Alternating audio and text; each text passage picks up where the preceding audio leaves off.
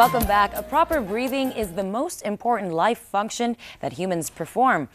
We use it to take in oxygen, which enables us to perform our daily tasks. But over-breathing can actually cause more harm than good. Joining us this morning to talk about proper breathing is Jac Vidgen, a senior practitioner at the Buteyko Breathing Asia. Good morning, Jac. Good morning, Ginger. Thank you so much. This is really my first time being introduced to even proper breathing. You've been told time and time again, maybe when you run, or exercise, try to breathe through a little bit of try to breathe through your nose a little bit more. But really, I mean, just in your daily life, we usually take breathing for granted, and there's actually a right way to breathe. Absolutely. And it's interesting that you mentioned that with running, because in fact, if people breathed in and out through their nose when they run, they would be much more efficient and much healthier. But it is harder. That's of right. Course. So much harder. Exactly. All right. Well, I guess let's start from the very beginning with those who haven't been introduced to the Buteyko method yet. Please tell us about it. It dates back quite a far bit. It does. It was developed by a Russian doctor, respiratory scientist actually, Dr. Konstantin Pavlovich Buteyko, some 50 years ago or more in Russia. And he noticed some very interesting things. He noticed that chronically ill people have a very low level of carbon dioxide in the body. And most people don't realize the importance of this chemical that we make and then we exhale. But before we exhale it, we use it extensively. And it's a primary chemical in us receiving oxygen from our blood. So it's very important that we maintain correct levels in the body. And our breathing pattern is what defines that primarily.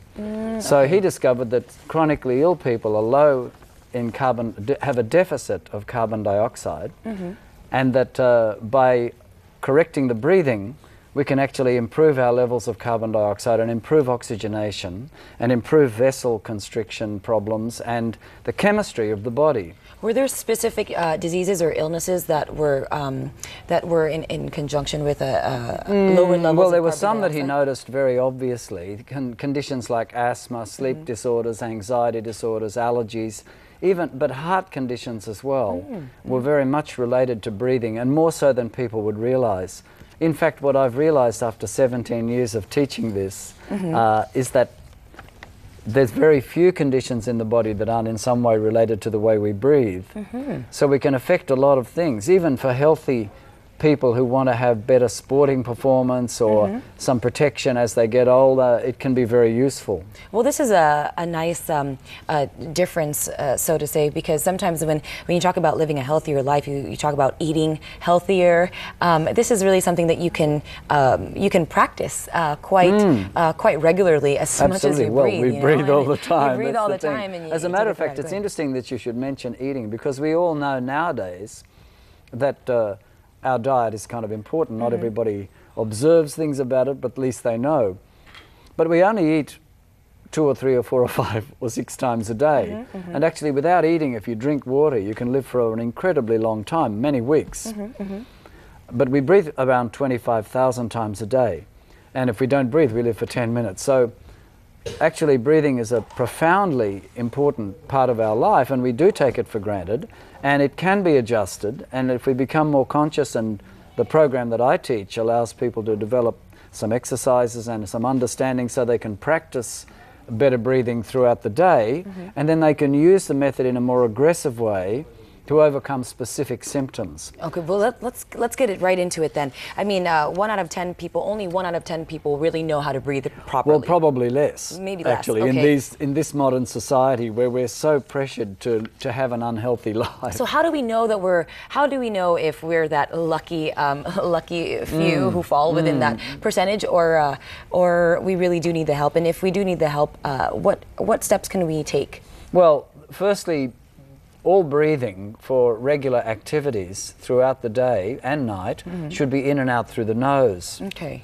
So if people are using their mouths to breathe, except to actually talk out, then they're already making a mistake, because we weren't designed to breathe through this hole. This is a big hole with no conditioning devices. This is a very cleverly designed device. The nose is very clever, and it's used for breathing in and out.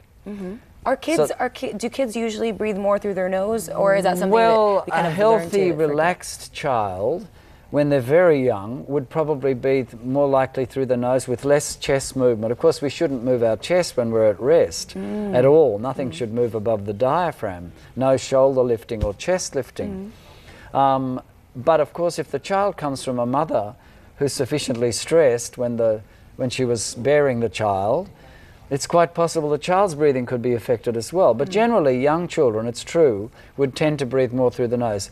Unfortunately, once their posture gets worse and their lifestyle gets intense, their breathing can go haywire and gets consistently more. In fact, children these days are breathing much worse than they were maybe 10 years ago because of technology and the changes and the stimulation of the brain. You have all these new conditions for children like ADHD and even sleep apnea. I'm getting children with sleep apnea who are being recommended to wear these machines. That's wow. That's really something that's a little crazy. I've always kind of affiliated sleep apnea with a more mature.